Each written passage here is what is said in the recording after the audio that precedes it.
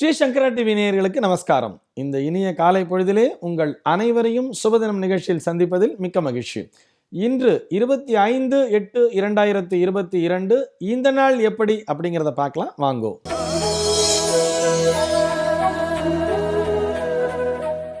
இன்றைய தினம் சுபகிருத்து வருடம் ஆவணி மாதம் 9ஆம் தேதி வியாழக்கிழமை. திதி பார்த்தோம்னா தேய்பிரை திரையோதசி திதி பகல் 11:44 வரைக்கும் இருக்கு. அதனை தொடர்ந்து தேய்பிரை சதுர்த்தசி திதி அப்படிங்கிறது வந்துடுறது. நட்சத்திரம் பார்த்தோம்னா இன்னைக்கு பூச நட்சத்திரம் மாலை 6:05 வரைக்கும் இருக்கு.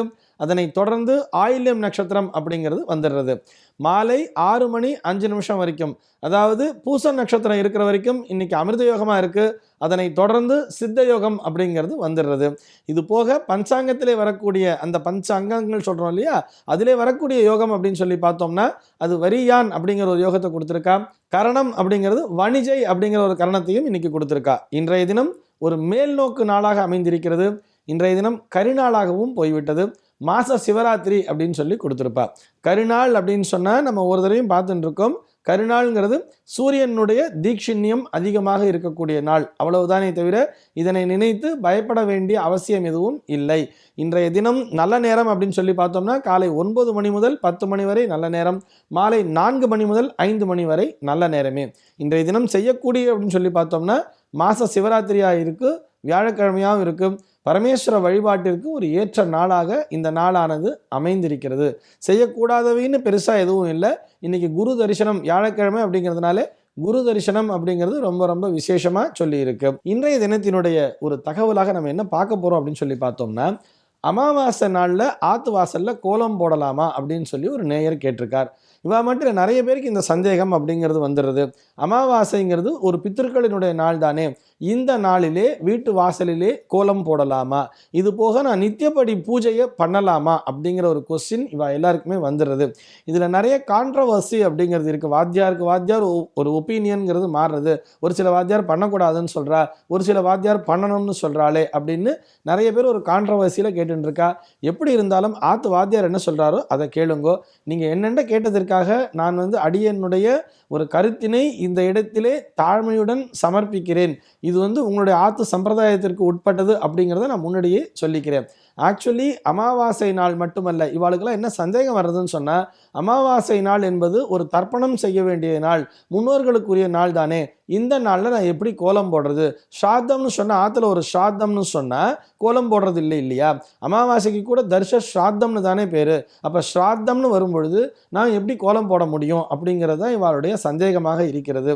அப்படியெல்லாம் இல்லை அப்படிங்கிறத சொல்லிக்கிறேன். ஏன்னா வருஷத்தில் ஷன்னவதி அப்படின்னு சொல்லக்கூடிய 96 நாட்களும் தர்ப்பணம் செய்ய வேண்டும் அப்படின்னு சாஸ்திரம் சொல்றது. இந்த 96 நாட்களும் தர்ப்பணம் மட்டும் இல்லை, ஸ்ராத்தமா பண்றவா கூட பண்றவா இருக்கா. 96 நாட்களுமே ஸ்ரார்த்தம் செய்பவர்களும் இருக்கிறார்கள். ஆக இந்த 96 நாட்களுமே நான் தர்ப்பணம் செய்வதால் நான் வீட்டு வாசலிலே கோலம் போட முடியாதா அப்படிங்கிற ஒரு சந்தேகங்கிறது வரும். நிச்சயமா அப்படி சொல்லலை சாஸ்திரம் அப்படிங்கிறத நான் இங்கே தெளிவுபடுத்த விரும்புகிறேன். அமாவாசை நாளாக இருந்தாலும் கூட நீங்கள் ஆத்து வாசலில் கண்டிப்பாக கோலம் போடலாம், நித்தியப்படி பூஜையை செய்யலாம் அப்படிங்கிறதையும் சொல்லிக்கிறேன்.